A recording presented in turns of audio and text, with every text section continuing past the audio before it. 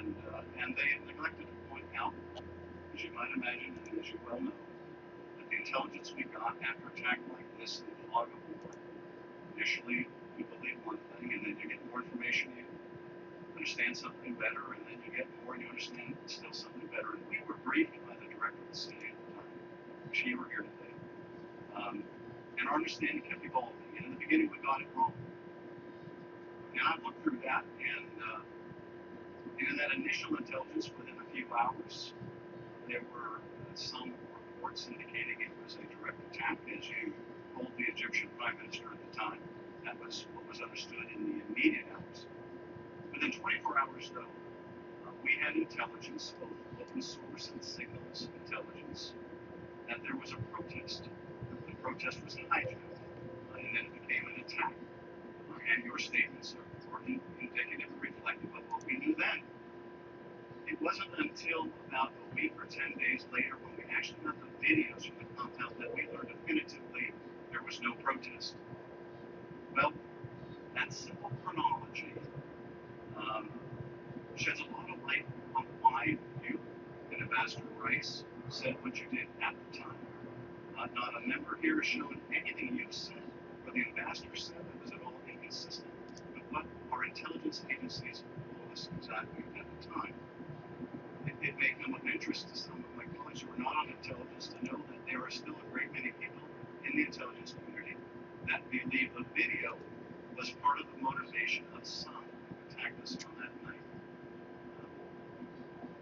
I wish, frankly, we spent more time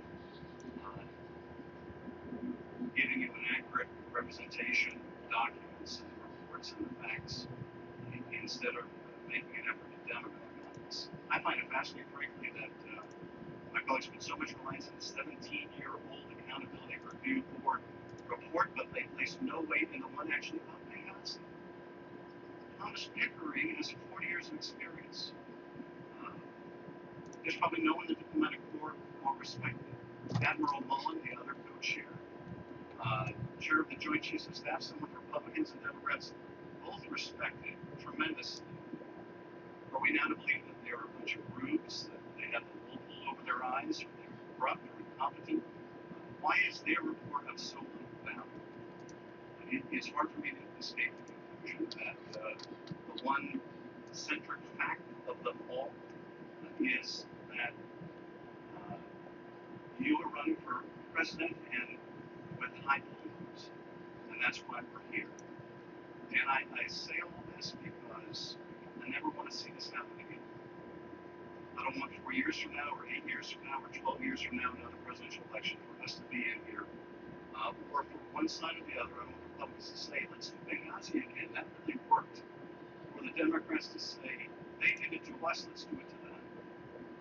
And I think, frankly, by only pointing these things out, that's the only way we're going to avoid having this happen again. Well, let me just ask you on that 17-year-old ARB, and in light of Mr. Morrell came in and talked to us, not about the security at the diplomatic facility, but at the CIA annex. His testimony was all of the improvements to security at the Benghazi base, the idea to conduct an assessment, the assessment itself, the implementation of its recommendations, were all done without the knowledge and direction of the director and I. It happened exactly where it should have happened, which is in that security office. Same view on the CIA's part. Of course, they're not here. But would you like to comment on what the full recommendation of the Tanzania ARB was, and the very similar process used for intelligence agencies? Thank you very much, Congressman Schiff. And I think you make an excellent point. I'm aware of Deputy Director Morrell's testimony. It's very similar to what I have said here. It's very similar to what I believe General Petraeus would have said had he come before you. That the issues about security, whether we're talking State Department or we're talking CIA or any other agency, are not made at the level of secretary, director. It's made at the appropriate level of the security professionals. And I think what Mike Morrell told you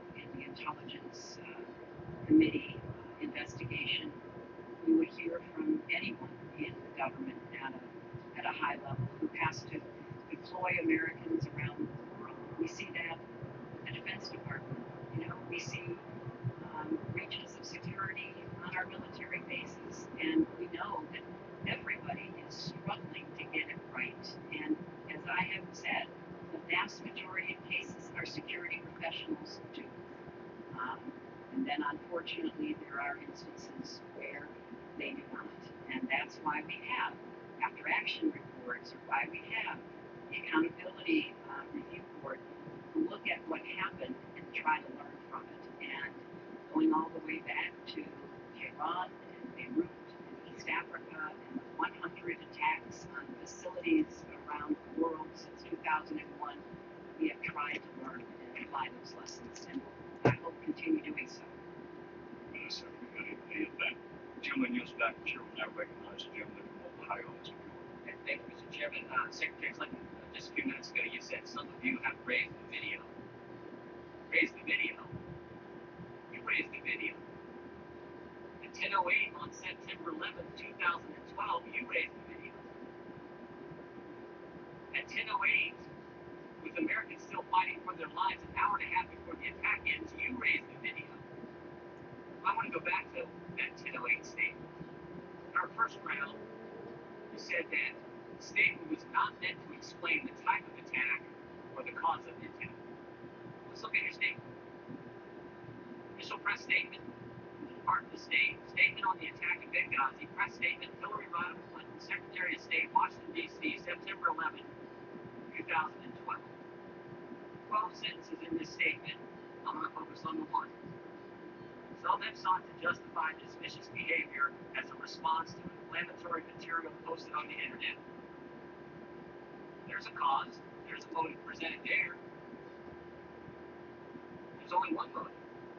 You say this. You say inflammatory material caused vicious behavior. Vicious behavior. Vicious behavior that resulted in the deaths of 4 Americans. There sure seems to be cause there. So may I read what I said? What I said is that I condemn in the strongest terms the attack on our mission in Benghazi today. As we work to secure our personnel and facilities, we have confirmed that one of our State Department officers was killed. We are heartbroken by this terrible loss. Our thoughts and prayers are with his family and those who have suffered in this attack. This evening, I called Libyan President Mubarak to coordinate additional support to protect Americans in Libya. President Mubarak expressed his condemnation and condolences and pledged his government's full cooperation. Some have sought to justify this vicious behavior as a response to inflammatory material posted on the internet. The United States deplores any intentional effort to denigrate the religious beliefs of others. Our commitment to religious tolerance goes back to the very beginning of our nation, but let me be clear. There is never any justification for violent acts of this kind. In light of the events of today, the United States government is working with partner countries around the world to protect our personnel, our missions, and American citizens worldwide. Right. I'm asking. You said in the first round there was no motive, no cause. You weren't trying to explain the cause of the attack. It sure seems to me like you did. Congressman, You said you presented the inflammatory material was the reason for the vicious behavior. Is that not a cause and effect? That's not what it says. What I said was some have. No, wait, you said you read the whole thing. I did. I'm asking about that one sentence because earlier you said there was no cause, no motive presented. I think there was. And that's what I think most American people want. Well, I know there was a great deal of news coverage that looked at the events in Cairo, looked at what happened in Benghazi, and drew some comparisons and maybe even connections.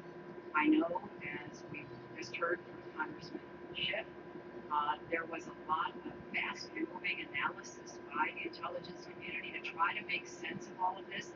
And I can only tell you from the perspective of having been in. The intelligence may have changed some, but your story didn't. That's the point. Well, that is privately, your story was much different than it was publicly. Again, you said to the Egyptian Prime Minister, we know the attack in Libya had nothing to do with the film. It was a planned attack, not a protest. You said to your family, terrorists killed two of our good people. So your story privately is much different than what you're telling the American people. The intelligence may have changed, the video may have had an impact in other places, but in Benghazi it didn't, and you're trying to put them all together. That's what bothers us. Let me show you a slide. This is from September 14th. First statements by Jay Carney. Let's be clear, these protests were a reaction to a video that had spread to the region. We have no information to suggest that Benghazi was a pre-planned attack. The statement below is from your press person in Libya. Sends this to Greg Hicks and to the experts, the Near Eastern Affairs Bureau, the same people who said Susan Rice was off the reservation on 5 networks. Here's what they get. Here's what she says to them. Benghazi, more terrorist attack than a protest. We want to distinguish, not conflate the events. This was a well-planned attack.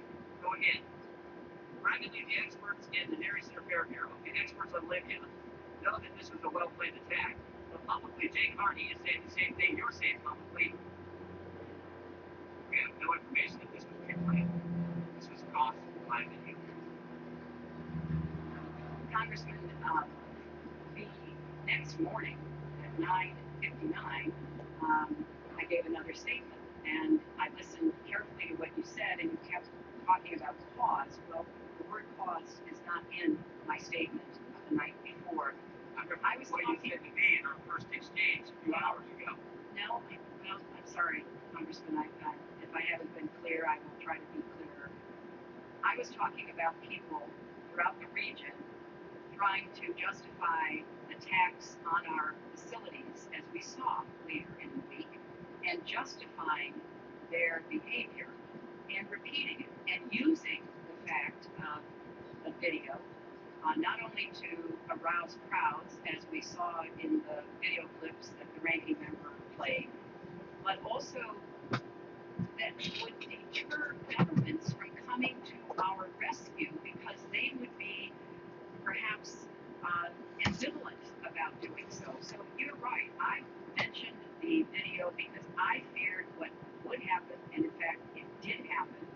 And in the next morning, the night before was a brief statement that we put out because we knew we had lost Sean Smith, and I felt an obligation to tell that to the American people. The next morning, I gave a much longer statement, and it was very clear. Heavily armed militants assaulted the compound and set fire to our building. That's what it says. That's all good, but you said you were trying to communicate to folks all over, all the folks you have around the Middle East, right? Yes, I was trying to send a message. Okay, I got it. But that's not what the experts said. They said, don't conflate the events. Tell the truth about Benghazi. Talk about what happened there. Other places where the video may have had impact, fine, say that. Why'd you put them all together? When you didn't do that privately, when you told your family about Benghazi, it was terrorists killed two of our people. When you talked to the Libyan president, Ansar al-Sharia did it.